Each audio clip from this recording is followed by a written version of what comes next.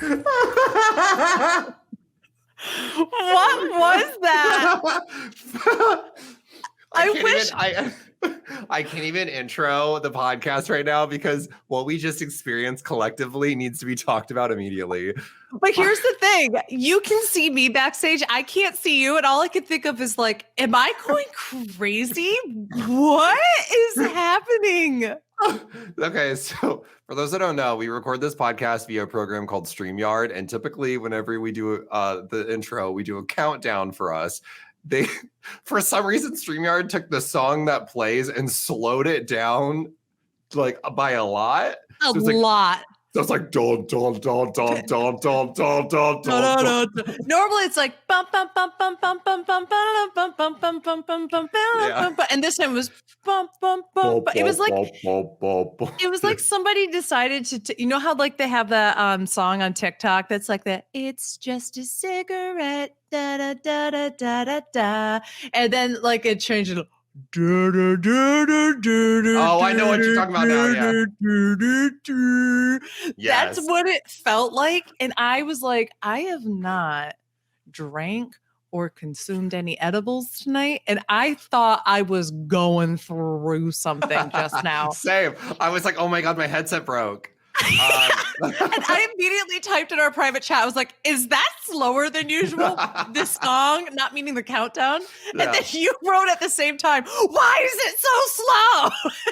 It is so slow. Okay, anyway. Oh, welcome everyone to season 4 of Hot Mess Moments. So hot, such a mess, such a moment.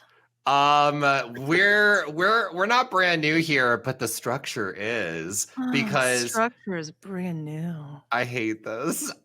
So we took a break. I don't know if you noticed. If you didn't notice, that's sad. But if you did notice, I appreciate you. We are back. We have completely kind of restructured the show.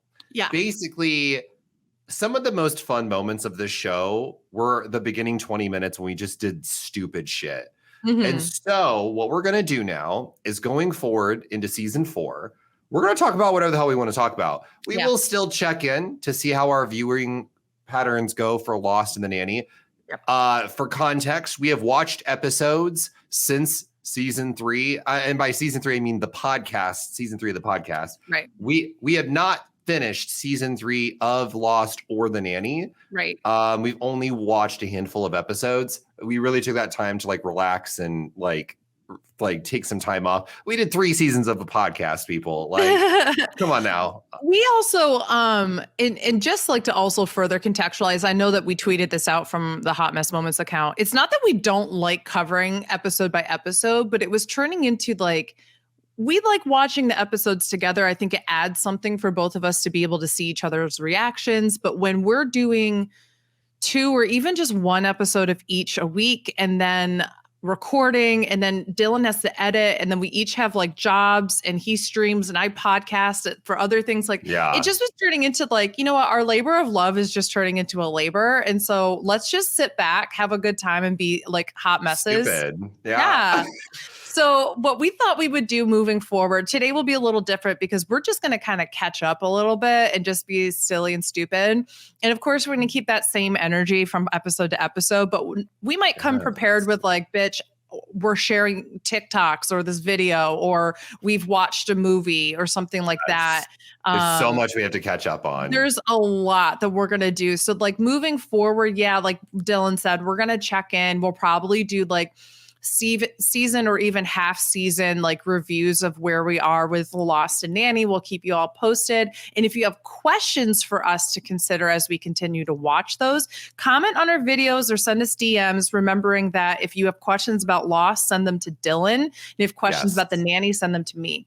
But ultimately, this is hopefully going to alleviate our schedule a little bit so that we can get back to our roots, which is just being dumb bitches. Yes. Yeah, like for context, I think we were spending upwards of 6 hours a week just on those podcast episodes, which when you're already working 40 plus hours on top of streaming, it's a lot. So it's a lot, yeah. I want to know, my question to you, Beth, is, bitch, how you been? Tired. No, it's funny. So I was trying to think back. Our last episode that we would have dropped would have been around mid-April, right? I think so. Yeah. So you did a lot of travel. I did. I have had work really pick up as well. For those that don't know, I work with students before they come on the New York City semester program. And then I work when they're here for my university. But the work I do with them beforehand is really tedious. And I have to go through all of their resumes and their cover letters. And I spend about an hour to an hour and a half with them each a week. I have 12 students. So it's like at least 12 hours a week just with my students. Yeah. And so this is on top of all the other responsibilities. It was the end of the school year, all that kind of stuff happened. And then there was an amazing RHAP reunion, which we'll talk about a little bit more later. I have to talk about that. It was so much fun. Of course. But that gave me COVID. Oh, Miss Kovusti came by and said, I'm going to slap you, you dirty little slut. I kind of liked it though. No, you didn't. No, I was like, you fucking hated it. I didn't. No, you know what I hated the most? Honestly, it felt like just like a head cold. So like I had very mild symptoms. I never got like a fever. I had a sore throat and I had bad congestion, but like not the type of congestion that comes with like postnasal drip or any kind of like mucus. It's just inflammation. So I felt like my whole mask was just swollen for like 4 days. Thank God for Afrin, which I don't think I'm technically supposed to take because of some of my medications that I'm on, but I'll do it anyway. And thank you to science, because 2 weeks beforehand, I had gotten my second booster shot. So I got it like the best time I possibly could have ever gotten COVID. And then I also got Paxlovid, which was the COVID pill. Oh my God. Really, I was stacked. COVID did not stand a chance. I am a virgin. I'm a COVID virgin. Haven't been touched yet. We'll touch knock on wood, hoping I don't get touched. But I am nervous because I've got a lot of travel coming up. I've got a lot of stuff like on the radar for what I have to do. Like we just recently, during the break of the podcast, I participated in the ball. So if you know, there is a Berlizzi, he's a YouTuber, invited me to participate in a really kick-ass event called The Ball, which basically was like a dance. Like it was like a fun, like it felt like it was like a prom. You mean like really a ball? Yes, it was like a ball. You're like, it's like let me describe a ball to you as if it's not in like every fairy tale that's ever existed. It's like everyone dresses up really fancy and they like dance or something. It's like weird. Oh my God. So I thought you were going to go full like ball scene. Like it's a ball. And I was like, oh, and then I was like, no, that's not what it was. Speaking of balls, and not the juicy kind. I hate that. I've been obsessed with Legendary. I need to watch season 4. 3? Season 4. 4, yeah. No, season 3. It's season 3. Yeah. Season 3 is great so far. I watched it. Found out though, Aja spilled some tea. Ooh. So Aja spilled some major tea about Legendary. So if anyone that watches the show, you don't want the illusion broken on Legendary, turn away. But found out that some of the houses on Legendary, they cast the people individually and then they put them in a house. And so they fake that they know each other on the show. They pretend that they have this familial bond. I think that happened in season 2. I think I heard rumblings of that, and I couldn't tell you which houses or anything like that. But you know what has been a lot of fun is my TikTok feed has been full of like Gravity Balmain. Do you remember Gravity from season 2? First of all, Gravity was one of my absolute favorites when it came to like handography. Handography was so good. And so Gravity does like a lot of I actually don't know Gravity's pronouns, so I'm probably going to defer to they them, but I also know that can be somewhat problematic too. So you don't know, so just say they them. Yeah, that's fine. So anyway, they do a lot of handography, but they'll break things down on their TikTok and kind of show you how to do certain things. And you better believe my white woman ass is sitting there like, in my bedroom by myself. Oh my God, Dylan. What? I didn't tell you this yet. During the RHAP, What? during the RHAP get together, we had to, so there was a theater the night that we all gathered to watch the Survivor episode where Hai went home. Yeah. We watched that episode in this theater, like on this huge screen. And then there was a talk back with Rob and a few different Survivor people. There was like a red carpet outside where you could take photos with Rob and such before the event. But a whole bunch of us podcasters had rolled up. So we had like a separate schedule from the patrons. The patrons went to a baseball game and then they went and they got ready and that kind of thing. We just got drunk.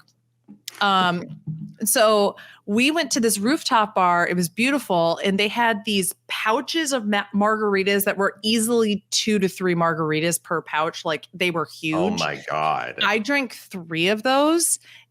And then at least 1 or 2 beers over the course of about 3 hours.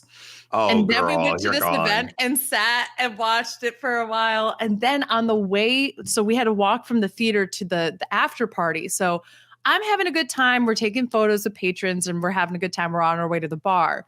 It's about a 3.5 block walk. And this car goes by. It is tricked out. It is blaring like gay house music. It's got all these LED lights. And I start walking down the street as if I know how to fucking Vogue. And this person behind me who was not with us was like, "You better work, queen. Yes, Vogue on the bitch." And like yelling for me. And I instantaneously became very self-aware and just stopped and went, "Thank you. Thanks. I appreciate it." He was like, "No, you better work. You had the moves." And I was like, "I didn't though." Like that's the best part. I may be drunk, but I still know I did not have them moves. Oh my God. I wish I was there. I would have fucking yelled at you. Like, you dumb bitch. You did not have them moves. My favorite, okay, I don't watch a lot of TikToks. Yeah. One of my favorite TikToks is Moana Be. And it's have you seen the kids in high school that Vogue? I've seen different groups of I'm going to get your Vogue. life. I'm going to get your life together. I'm excited. Find the TikTok Moana Be. And they are, I don't know if they're like a club, a voguing club at a high school or a friend group. And what they do is they create fun Vogue, like choreography between all the members, but they theme it around stuff. So they just did like a Stranger Things one because cool. They did one for Multiverse of Madness because it's like Doctor Strange, where they were dressed up like the Scarlet Witch. Bitch, it was everything. Voguing. It's so hot. I'm really into voguing right now. I'm excited. No, that sounds really cool. I know that there's a group, and I thought they were maybe high school students, but they vogue in like different places, but they like have one person who kind of like moves the camera. Yep, that's them. That's them. Yeah. Okay, yeah. Because I saw one. They did one like in a library recently. Yep. Yeah. And you better believe my mom's a librarian, and she would have been the bitch that shut them down. And I'm like, "I love you, Mom," but I know she would have been like, that would have been homophobic. Yeah, your mom would have been homophobic. I'm fully admitting that I think my mom would have committed a hate crime. And not actually committing a hate crime is Jesus. You're like my mom. My mom would fully just destroy their lives. I'm sorry, Dick. My mom would just hate crime. Like, Jesus Christ. So I meant in a figurative way of like shutting down. And then as soon as I said that, I was like, I should probably be like, Mary Dixon would never do an actual hate crime. Mary Dixon would get in a car and run them over, Millie Bob, whatever fashion. I see a gay and I floor it. Oh my God. It's she terrible. Literally don't encourage. Sorry. No. My mom literally is like the sweetest, like most soft-spoken, caring woman in the world. And I just literally painted her like a monster just now. And that's like, She's gonna sue you for defamation. I hope she would. Honestly, oh my God. Wait a minute. Iconic. That would make up for the hate crime because that'd be so gay of her to do. Like Amber Heard and Johnny Depp, who I want Mary Dixon in court against the voguing queers at the high school doing a defamation case.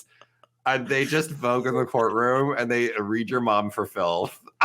Oh my God. That old bitch came in and she fucking ruined the groove. Okay. They don't say here's groove. the thing. That's how I'm know I'm old. I was just gonna say, well, first of all, groove, the vibe. Come on, get with it. Yeah.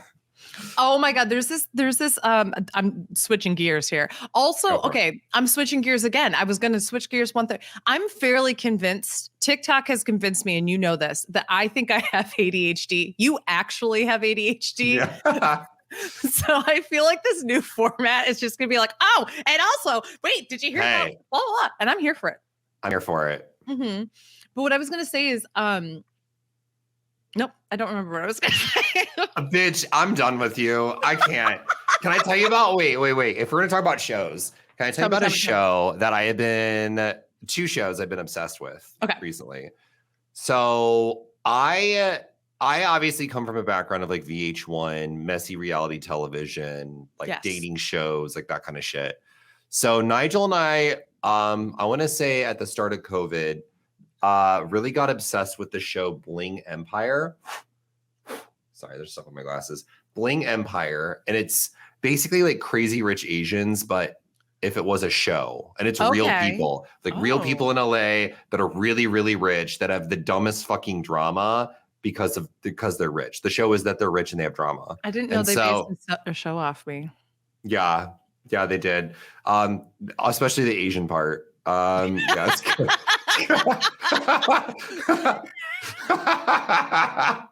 I'm not gonna lie, I did forget that very key part of what you said.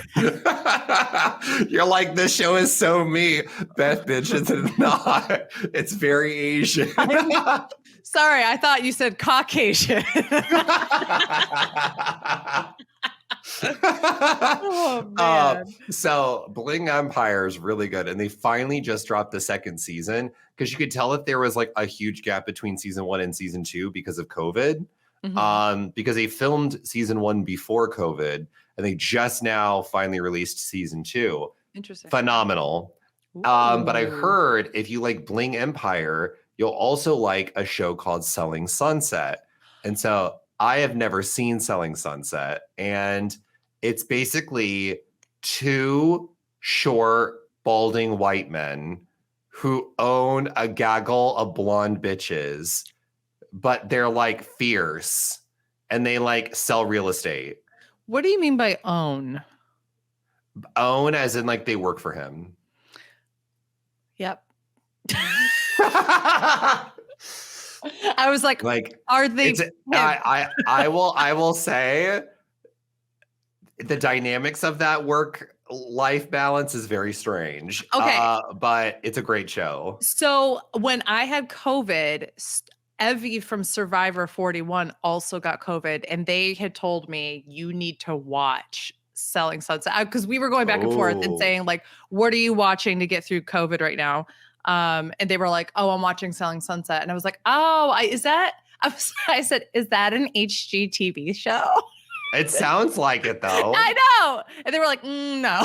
It kind of is though. Like the structure of it. Like if you like someone going through a house and showing it, every episode basically has them doing a house showing. So like you get that HGTV moment, but then like petty drama, like, oh my God, I fucking slept with the guy I showed the house to, and now he wants to like have my kids. And like, I don't know, like it's wild. That's incredible. Maybe what we should do sometime is see if Evie would come on with us, and maybe we cover like an episode or 2 of that. I'm down. I'm pretty sure that they would be like, yes, I get to talk about Selling Sunset. My husband's obsessed. He's way ahead of me now. He has watched like, I think like a season and a half ahead of me. Like he's like churning it out. Do you get upset? There's like 4. Do you get upset if your husband watches shows without you? Because there's couples who are like, that's a big deal. So it does bother me, but it only bothers me when, so like, say he's like watching it on his phone and I hear it and I hear like something that I don't know yet. And if I ask him, hey, what happened? So I can get caught up and he doesn't remember, I'm like, now I'm spoiled and I don't know the context. So when he like fills me in on what I've missed, that doesn't bother me. Because then I'm like, okay, I can like pick up from this episode and we're good. especially on a show that I don't really care about. But if he did that to like Stranger Things, which I'm currently going through right now, I will be filing for a divorce.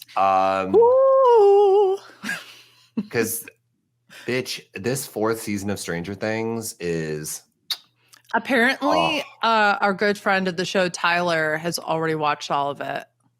I don't blame him. Like, we've been trying to binge through it. I think we've got like 2 or 3 more episodes before they listen to this shit. So they dropped 7 episodes of Stranger Things because they're doing a second part of the season in July, right? Yeah, but it's 2 episodes, one of which is the length of a movie, and then and then the other one is an hour and something. So it's basically like watching Batman and then like 2 episodes of a television show. So basically what they're trying to do is Game of Thrones. Where Game of Thrones, like season 7, wait, I always forget. I think there was 8 seasons. So, or maybe there was 7. No, but there was 7. Their second to last season, they had normal hour, maybe hour and 10-minute episodes. And then like the last 2, they shortened it by 2 episodes. The last 2 were like 2-hour episodes. And then season 8 or season 7, I think it was season 8, which was the last season, they only had like 5 episodes altogether. But for the exception of like 2 of them, they were all like nearly like 2.5 hour episodes. They were like watching a movie each night, which that's wild. I was not upset by that. The Battle of Winterfell against, I watched it and it was not great. Okay. I will stand by that. The reason why it wasn't good was because they filmed it so dark that, and like, that's the issue. I couldn't see anything. Even if you watch it in a completely dark room with nothing else, the quality was that it was so dark that it distorted a little bit. If they'd gotten that clear cut with just a little bit of darkness, it would have been perfect, because they were trying to make that a horror movie. And at points they succeeded, but once it started lighting up because of Melisandre, it was completely fine. I was like on the edge of my seat that entire time. I spent the week before that episode, Dylan, literally planning a funeral for every person. I was like, this is it. We're going to lose so-and-so. We're going to lose this person. And guess what? You lost no one. Not true. We lost at least 3 people that were important. We lost Jorah Mormont, we lost Theon Greyjoy, and we lost the little bad bitch herself, Lyanna Mormont. Whoa! And then when she came back to life, that little like 10-year-old body just going, oh my God. I was like, no, not the bad bitch. Leave her alone. I was expecting more death. Oh, I think we all were. I was a little upset that like, I would have loved to see like Jaime Lannister die, or someone who's like really big to the plot. I just don't understand like how you hype up. Now we're just getting to Game of Thrones, but like I'm here for that. I again. You didn't watch the whole thing. So I watched season 1 and then the last season. But I don't understand why you hype up such a huge battle and have such an enemy that is like strikes fear into all these nations. And then when the actual battle happens, somehow writing it in a way where everyone, like most of the main characters have survived it. Yeah. And I'm like, there's so much plot armor. It would have been much more powerful if a Tyrion died, a Sansa died, someone like that. But the fact that they all made it unscathed was a little, but that Arya moment when she stabs the Night King, we had a rule as a friend group. Like we all got together and we watched it.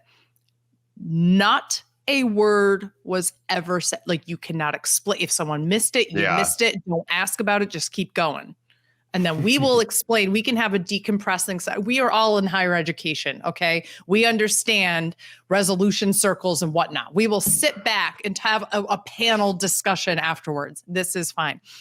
Not a word. Not, can you please pass the popcorn? Bitch, you just grab that shit. Or you, you know, when the Night King gets stabbed by Arya, when I tell you we collectively went, fuck yeah! It like stood, it was like as if like the It was like Super Endgame. Bowl. It was like your Marvel's Endgame. Yeah, it was. It was incredible. It was the I am Iron Man snap. Like it was incredible. And to the point where afterwards we were like, can we go back and watch it? So after the episode was over, we like literally rewound just to watch that sequence. And we broke down everything. We were like, so silly. John definitely saw Arya running. That's why he goes, go. And they're like, he didn't say go. He's just going, because he's about to fight a dragon. And we're like, no, he said go. And then that's what the internet fought about. Oh man. I miss Game of Thrones. I'm excited for the prequel. I mean, I think we need to come out. I think we need another show that's like that. Do you think Lord of the Rings will have that vibe? Because are they making that into a TV show? Oh yeah, Amazon. I had no idea. Amazon's pumped millions of dollars into making a Lord of the Rings television series. It's supposed to be coming out, I think, either this year or next year. Are they using Hobbitville from the Peter Jackson set? They are, if I'm not mistaken, not using they're not following the original book. They're setting it in the world of Lord of the Rings, but it's so it's not the story. It's set in Middle Earth, but it's not the story of Lord of the Rings. I don't think it's called Lord of the Rings either. It's like some other name, but it's gotten like signed off by like all the people that are connected to like Tolkien and shit like that. So I'm fine with that. We'll see. I would put this out there. I have gone back and forth. So I don't have like a very definitive opinion on this. I have often thought how nice if you did it like HBO style or streaming where you could do like, here's 8 episodes and every season could be a different title. I would really like to see somebody tackle Zelda. But like do it in a way that's not necessarily the games, like, but do it in a way that's like bring some of that lore and such out, like that realm. Maybe. I think would be interesting. I've had many times where I've gone, no, don't touch the games. But then there are times where I'm like, remember that April Fool's video they had like in the mid 2000s, which if you go back and watch it now, it looks like utter shit. Like Dylan, you need to watch it in 2022. You need to watch it in 2022. You're going to be like, when this came out, I was like, oh my God, this is going to be amazing. Oh, it's a joke. Okay. I watched it like this past year and was like, oh my God, this is the shittiest CGI I've ever seen in my life. It was so bad. We're so spoiled now. We really are. I was going to say, I've only seen the first episode. I don't know if I could do a Zelda TV series, and here's why. I tried to get into the first episode of Halo on Paramount Plus, and that is a show where they are very, very loosely pulling from the lore of the actual video game series and making their own. And to its credit, I like that they have made other characters for you to care about outside of Master Chief, because Master Chief, let's be real, is like the only character outside of Cortana that people really know from the series. But like, there's a point where you like manipulate the lore so much that you're not watching Halo anymore. And you kind of just wish it was, you okay there? Yeah. My chair moved like this and I thought that somebody was behind me. It's just my own chair. Wait. No. It's Pietro. Oh my God, Pietro. Okay, so I apologize, everyone. We've been chatting for like 32 minutes and we've been on so many tangents. Yeah. So we have to do a recap. Okay. Thoughts so far on Lost. Okay. We had to do a Lost catch up because I think we've watched I think we ended on Flashes Before Your Eyes, the Desmond episode. Maybe no, like, not like, but the last one we covered on the podcast. Oh, yes, I think. Yes. And so we've done Stranger in a Strange Land. Trisha Tanaka is dead. not Trisha Takanawa. That's Family Guy. And then Inner 77. We've only watched 3 episodes since the last podcast. Thoughts so far on the series? This camera's homophobic. Okay, there you go. I'm liking this season. I think it's really interesting. I there are definitely moments I'm going, what the fuck are the writers doing? Or like, what is happening? Like Stranger in a Strange Land with the tattoo. You're like, what? That was stupid. That was so stupid. I hated the episode so much. Like I hated that episode. Like, first of all, it's about Jack. Second of all, it's about Jack being a jackass. Third of all, it's like, let's explain a tattoo that nobody fucking cared about.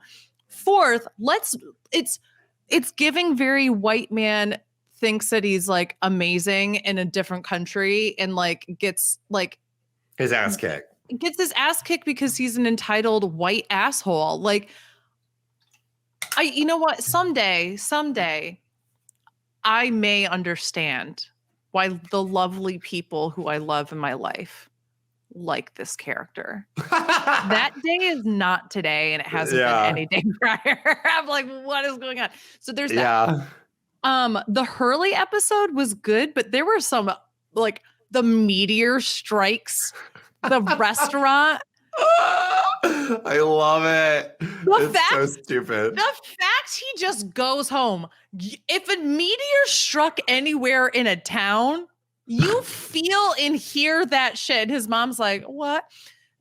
His mom, I want to smack her. His dad, I want to smack him. Like, they're just having loud sex in this apartment. Like, what is happening? Like, there's so many things about it that I was like, I think we're missing the point of what we're trying to do here at Lost. Like, are we trying to turn into your twin here, Desperate Housewives, and be a dark comedy? Because it's not working.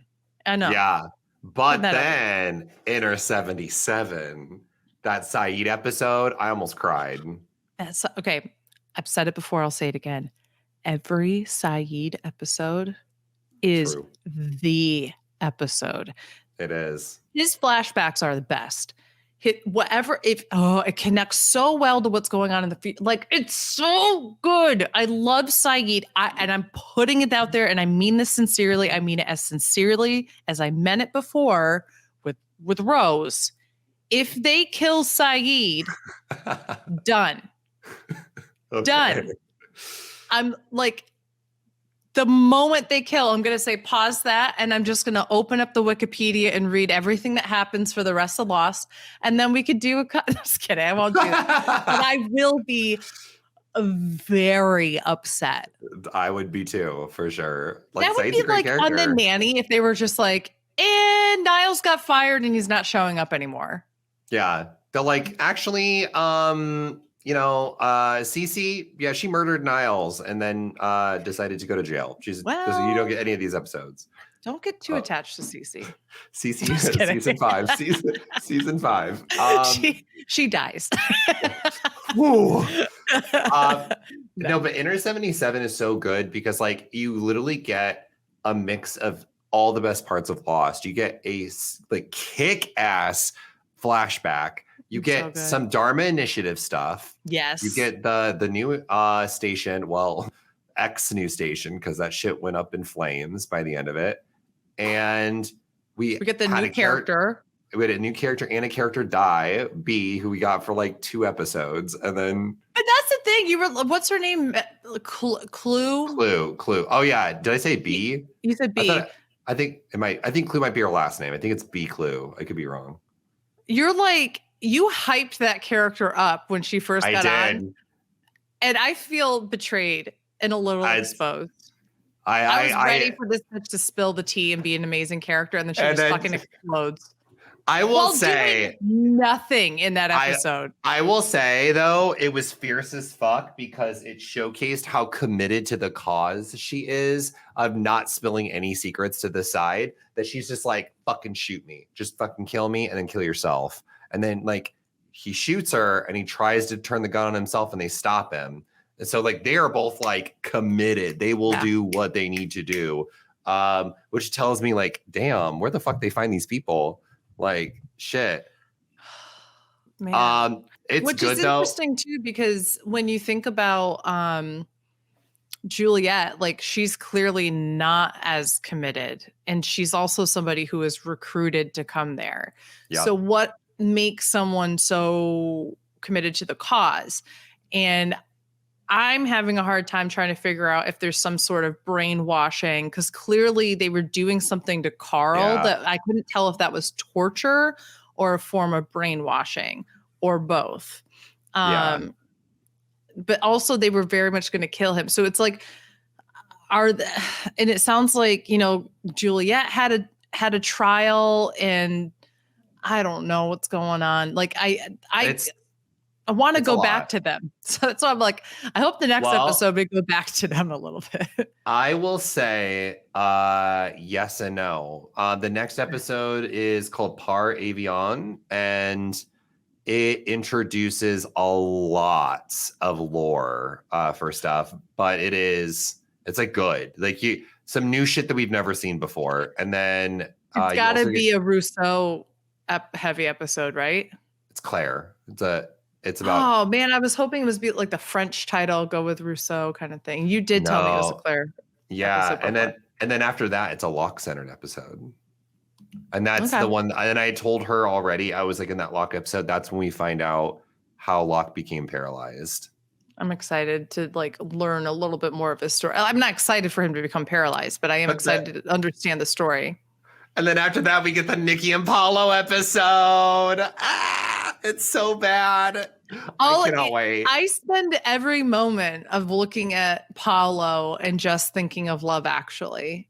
And I'm like, this is Laura Linney's love interest. And he's like, because he can't get it in with her because she has a mentally challenged brother, like he leaves her. And I'm like, girl, I mean, stick by her if you really like her. I don't know. It's just, I understand what they were trying to do in season 3 of introducing new characters, but I'm like, this is something that you can do. This is something you can do in season 2 because they don't do anything. They're just like in the camp. They're just like set dressing, basically. Half the time they stop each other from doing anything. They're like, okay, let's go fix up the truck. No. It's so true. I'm like, the whole point of you being introduced was so that we'd have new people to yell at. And I am yelling at you, so that's nice. But I'm like, it's a mess. They are a mess. Let's get into The Nanny because we've only watched, I think we've also watched 3 episodes of The Nanny. Yeah, it might be just 2. It might be 2. They've been banger episodes though. I'm telling you, it's hit its stride. Like I'm telling you, Dylan. I will say you have said the show hits its stride on 4 separate occasions. No. But I mean time, it like this time though, I think you might be right. I have been consistent with saying the middle of season 3 onwards is like it. And we are there. So we've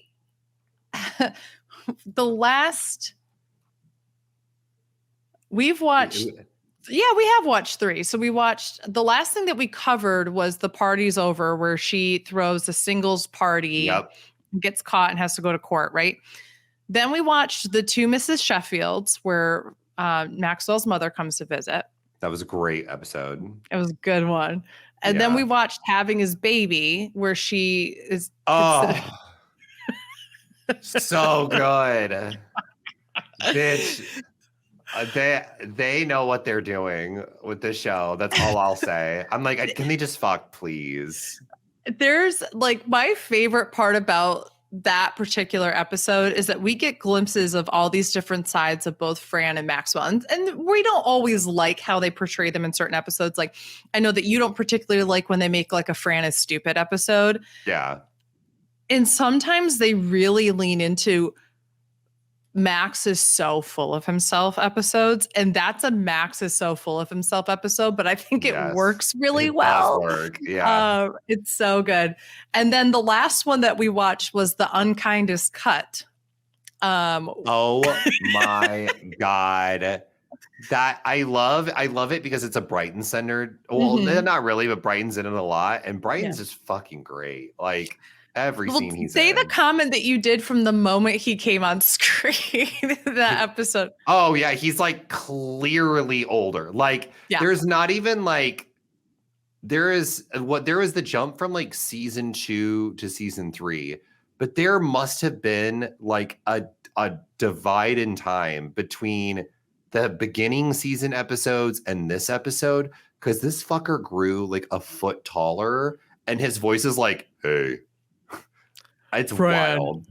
Yeah. I'm just going to wait until my trust fund kicks in. And she's like, Brighton. And I'm like, that's no longer cute. That's just entitled. Yeah. I was like, this man that is now in this kitchen. You were trying to convince me is like still like in middle school. But also Maggie is like a lot older too. Yes. It's not as noticeable as Brighton, but like when she came down the stairs, like she's just a full-on 17-year-old model now, even though we know she's just 16. But like still. Maggie fully is wearing like Victoria's Secret bras and is like she probably posed in Vogue at some point, like the actress that plays her, and like all this shit. And I'm like, you are not convincing me that these people are like young as fuck. I mean, they are young as fuck, but like in the context of the characters they're playing, which I will say is another issue that I have with Stranger Things season 4, because like, I don't know why they didn't just jump in time with these. Wait, they're keeping them the same age? Beth, it makes no fucking sense. I think we're supposed to be convinced that these people are freshmen in high school. Will Byer fully has like, he's a full young adult. He has a full. I thought you were gonna be like he has a child. No, if he did, I wouldn't doubt it. Like the only thing that makes him look young is his haircut, because everything else about him, I'm like, this man goes to a community college and like for English, like what? But that's the same with the show and the nanny. Like they're getting so old so fast. So, and that's the thing, though.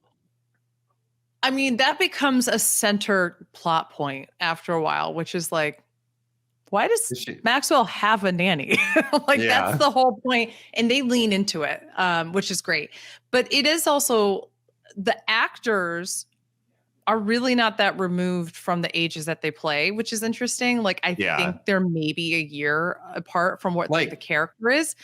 Yeah. But it's just like television is just so weird. Like you watch Glee and like Corey Monteith when he was playing like a high school student was fully 2 years younger than Mr. Schuester in like real life. Yeah. And I was like, we have a 29-year-old playing a 15-year-old. Like he's literally almost twice the age of his character. Like, like we have no semblance of age. And I have dealt with that in my professional career, because like I've had to like meet up with alums who I've never met before. And I'm like, okay, so this person graduated in like 85, which means they're like around my mom's age. So like I'm trying to contextualize what like a person in their early 60s would look like. And I'm like, I think it's like this. And then I go in and I'm like, that's not at all what I was thinking. And then somebody who graduated in like the early 2000s, I'm like, okay, so they're like 10 years older than me. And then they're like much younger than I think. Like I have no concept of age. None. Okay, wait, I want to rewind it back a little bit. Yeah. They're rebooting Glee. What? Why? I don't know.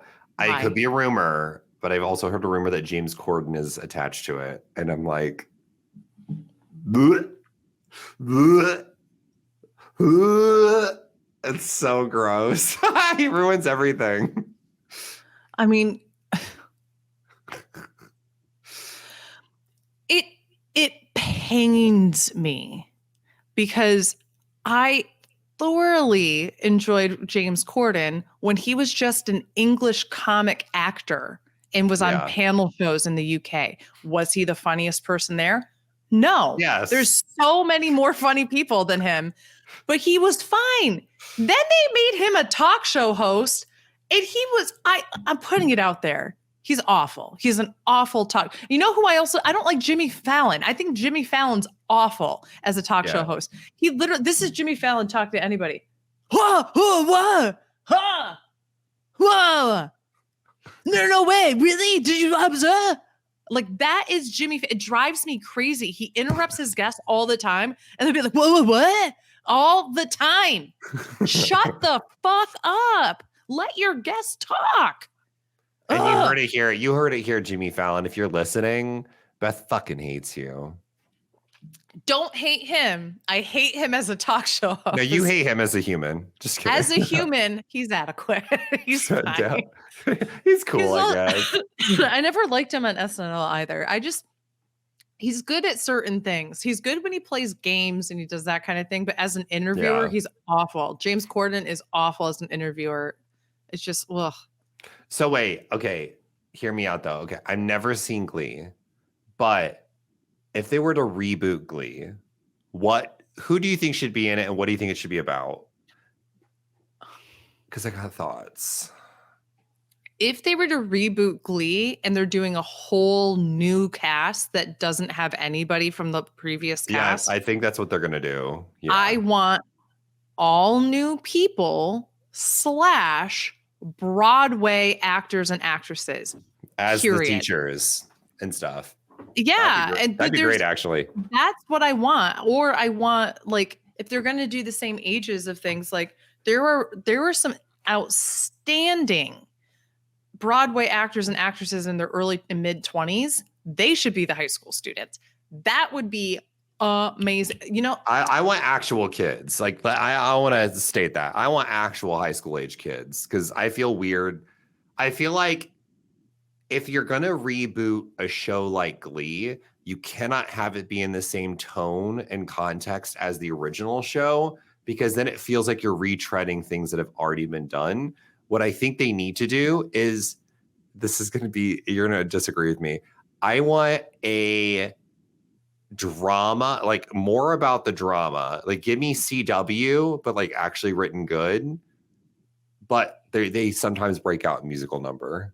That's what that's what the show turned into. And that's why it was bad. Like the first like 2-3 seasons, I thought were fine. And then it just turned into an after school special where like now except for like this week, we're going to sing Def Leppard. And you're like, what the fuck is happening? And you're like, but what if we meshed it with Lady Gaga? And you're like, what? Like, I mean, I didn't make it through Glee. There's a lot of people who didn't and appreciated it, and that's totally fine. What I would rather they do is get rid of Glee. Just if you want to do a music-based thing, Smash was a way better show when you're trying to like highlight people for like musicals and such. I think they kind of lost the point about halfway through Smash, which is why I got canceled. But I'd be much more interested in seeing like an actual performing arts school and taking kids from that school and make it almost like a mockumentary style. That would be more interesting. Isn't that what they do with the High School Musical, the show? I have no idea. I have literally never seen High School Musical, the movies, the show, anything like that. What? It's shocking because I'm such a big like musical person. Wow. But also, I'm just going to go on a mini rant here. Like, here she goes. Pop off, sis. Let's go. 2 things. For the most part, I don't like musicals that are based off of movies. I hate, like, stop doing that. Like, everyone's like, oh, Beth, have you seen Heathers or Mean Girls? No, I don't. Have you seen Shrek the Musical? I did see Shrek the Musical, but I saw, it was so bad. I watched it like on Netflix or whatever they had, like, because I was like, if I can watch it for free, I'll watch it. And like, yeah, they do kind of funny things or whatever. There's very few shows that are based off of a movie. Mel Brooks does it the best. He can because he's the one writing the music. And he's also already incorporated musical numbers into his original movies. So like Springtime for Hitler was already written into the producers. They just got to make it this huge number. And then he could write all these other songs. He already wrote songs for like High Anxiety and Blazing Saddles and, you know, Robin Hood Men in Tights and Spaceball. Like he already does that. So like it's fine and it's funny. But I'm not into that. So that's number one. So you're saying everyone else isn't funny and you're not fine. Correct. So you can just shove it up your ass. Fuck off. That's what I'm saying. No. That's throwing down with Broadway. Okay, go on. Sorry. I am not connecting with what the Gen Zers are finding good on Broadway. And that's not necessarily a bad thing because we need the younger generations like engaged in order to keep up with theater. But I do miss, we had a golden age of musicals, and to a certain extent, I miss some of that feel. Like I like some of the direction that we're going into with musicals, but I miss the Sondheim, like making fun of, like the Pitter Patter musicals. I miss, this Rodgers and Hammerstein, like feel or whatever. I know you don't understand a word I'm saying. No, I do. I miss the era of like, when the lead actress was like snorting cocaine in the back and her eyes were bloodshot and she had to put eye drops. And now we just get lead actresses high off ketamine, and you're just really bringing down the mood of the theater. They're more interested in the shrooms than they are the art. And it's like, no. Like an example is I was talking to somebody. So I had my first rehearsal for Carnegie Hall. Yes! Today. That's amazing. And I was talking to this girl, and she is in college, and she was like, oh, my all-time favorite show is Hadestown, which in theory, I think would be an amazing show. It's this dramatization of the Greek myth of Persephone and Hades, but then it also has what's the muse, and he follows his person down, whatever. So it's basically a myth. It's a Greek myth, right? But they put like different kinds of like soul music to it, and interesting, which was not bad. The scenery was fine. It's just I felt like I couldn't understand the story. Like it was like they did so much that it was like hard. I was like, wait, what are we supposed to be focusing on right now? Like we just took 5 minutes for you to say that you're horny. Like I don't, but it wasn't like necessary to the plot. Like, so what are we doing? And I studied theater, so I can't help but break down, like, why did they choose to like lower the lights right now? So if I'm going like, and I can't figure out why it's synergistic, then it doesn't work for me. And I didn't really like it. And everyone around me was like crying as if it was the best thing. And I sat there with my friend, and she and I were like, are we missing something? That's how I felt watching Book of Mormon, but it's also because I'm a fucking idiot, and that's why I couldn't follow the plot. I still have not seen Book of Mormon. It was all right. I wanted to 10 years ago, but I don't want to anymore. So I'm just kind of I feel like Book of Mormon needed to lean into the gay more, because there's like clearly like gay jokes in it, and it's like, just lean into the gay, baby. I think that's, you know what? As we round out our first season 4 episode of Hot Mess Moments, that's my tip to you all. Lean into your gay. Like it's Pride Month. Yeah, if you're not leaning into your gay, you're doing it wrong, baby. And you're homophobic. Yeah, you're kind of homophobic, and you kind of hate yourself, because like honestly, you can learn so much from queer people and so much from gay people. Just lean into it a little bit. Snaps. Okay. Going back to The Nanny.